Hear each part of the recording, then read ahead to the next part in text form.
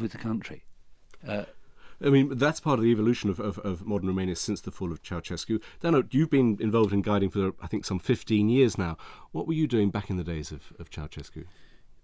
I worked for quite a long number of years together with my wife in the largest ammunition factory. Ammunition factory. Yeah. Ammunition factory in Romania. There were really, really hard times, as you found out, especially during the 80s when there was literally no food. We had ration cards, and then there were some more problems after the revolution in 1989, when all this heavy industry, as it was called there, started gradually closing down. Yeah.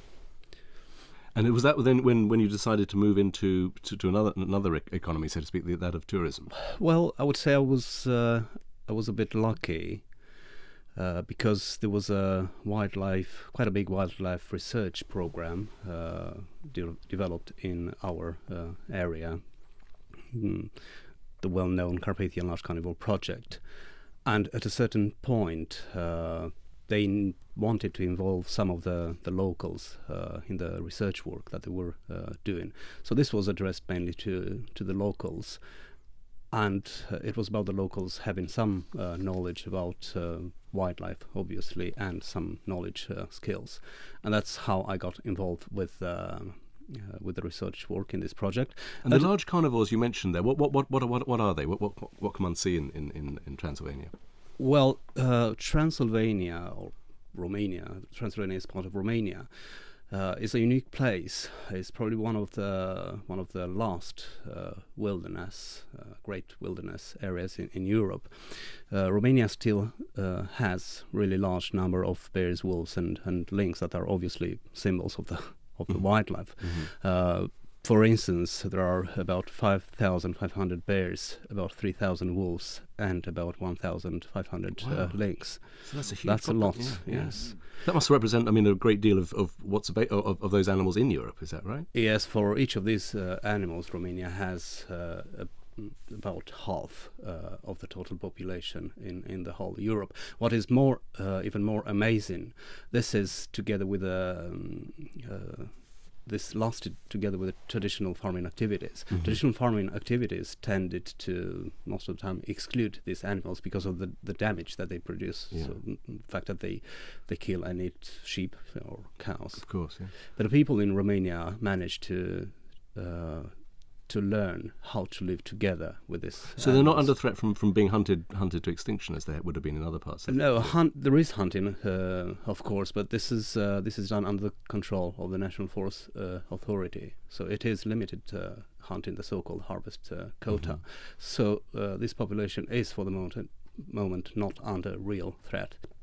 And what about tourism generally? Is that something that the government is sponsoring to take up the slack, as you say, since the big heavy industries collapsed? Well, they say, Romanian government says that tourism is a priority for the economical development of Romania, and there are good things that have been done on that direction, but I think that the priority for the Romanian government is developing the sort of things that can attract a large number of tourists. So the big seaside resort, creating super ski programs in the Carpathian Mountains, or even the already very controversial project of building up a theme park, a Dracula park. Right. Oh, the Dracula.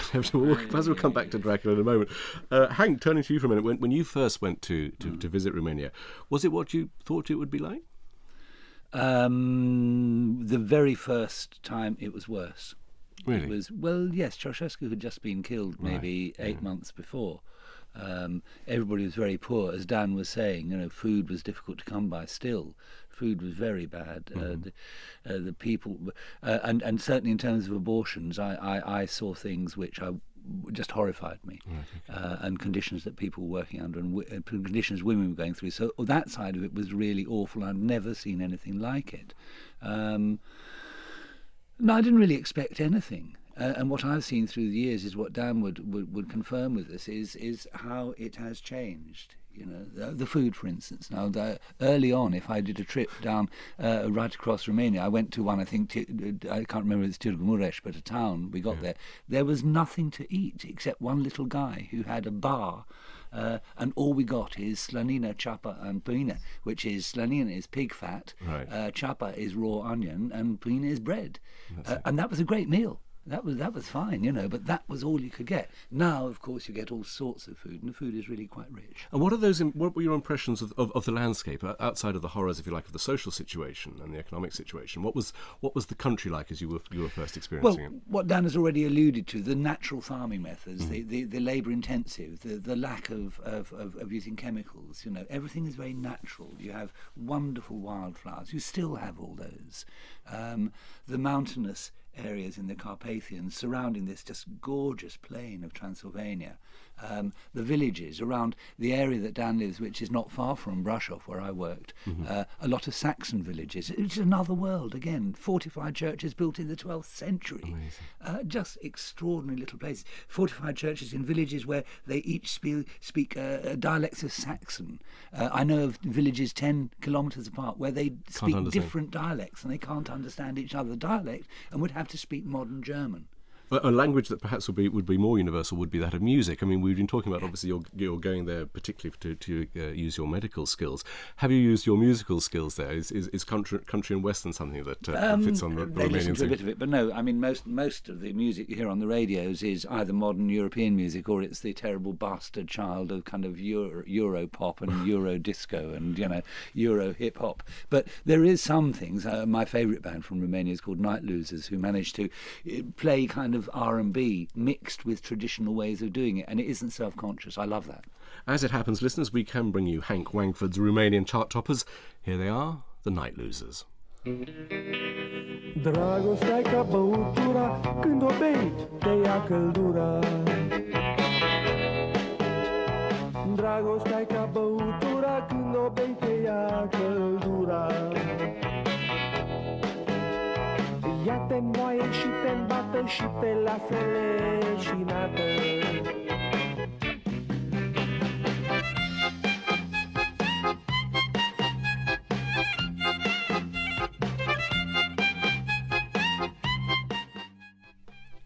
That was the Night Losers with Plum Brandy Blues. Now, I understand plum brandy is something of a national drink. Is that right, Dan? Is it part of the social scene? Oh yes, you're treated with that. Apart from the pig fat, onion, and bread already mentioned before, that's a special treat everywhere in Romania. All the families that you go to or simply stop to, let's say in front of the house and asking for the ration, you may have the surprise to be offered something like that. Oh, really? Okay. And have you been offered it? Exactly like that. And in fact, in Marin Guide, which is one of the two of the northern areas which are just stunningly beautiful. You people out in Radio Land, you've got to go to Bukovina and you've got to go to Marin Guide, as well as where Dan is around the Transylvanian. And in Marin Guide, just in a village, walking down a dirt street, and there's your man, and he's got the still in the middle of the street. And is that legal? I mean, so this is just open. Well, that was legal then, and you know, and the Suica is coming, the plum brandy is coming through, and exactly that. Prieten, friend, you know, hey, come and have a drink, and the whole family turns up. You know, the 4 kids, the granny, everybody got a little glass of Suica, and you. Very friendly. Very now, nice. Romania joined the EU, I think, in January of this year. Will such stills, etc., be kind of under observation or under threat now? Dan can tell more about that, but already with regret I hear that you're only going to be allowed to distill 50 litres a year.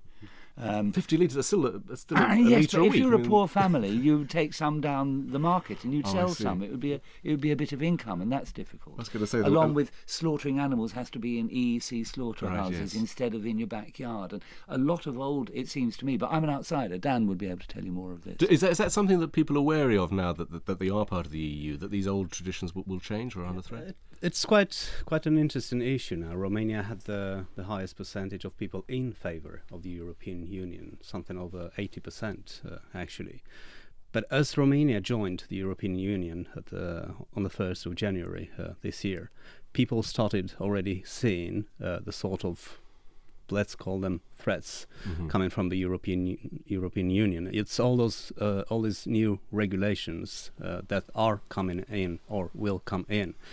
And they definitely, if they are not introduced in the right way, they can be a real threat for the traditional farming, for traditional activities in general throughout Romania. Okay, so that's something that will be changing. Thinking of the tourism, I guess we have to mention Dracula. We did touch on it very earlier. Is that something that features large as a visitor, Hank? Well, if you go to Brasov and you go to Bran, you see, Bran is a case example. Bran Castle, apparently Vlad Dracul visited it for a couple of months once, but it looks so great, it's Dracula's castle. And you can get your Dracula ashtrays and your T-shirts and your underpants down in the car park. But it's not really a strong Dracula connection. The Dracula connection is much stronger with Sighisoara, which is a very wonderful medieval city where Vlad Dracul was born. And are Romanians baffled by the outside interest in Dracula, or is he a big figure in Romanian culture? Well, we see it. We see this historical character that inspired the whole story, because there was a Vlad Draculia back in the 15th century, but he was a ruler of Wallachia, so the southern part of Romania. Actually, again, not very much connection with Transylvania, but in a sense, it's publicity done for free.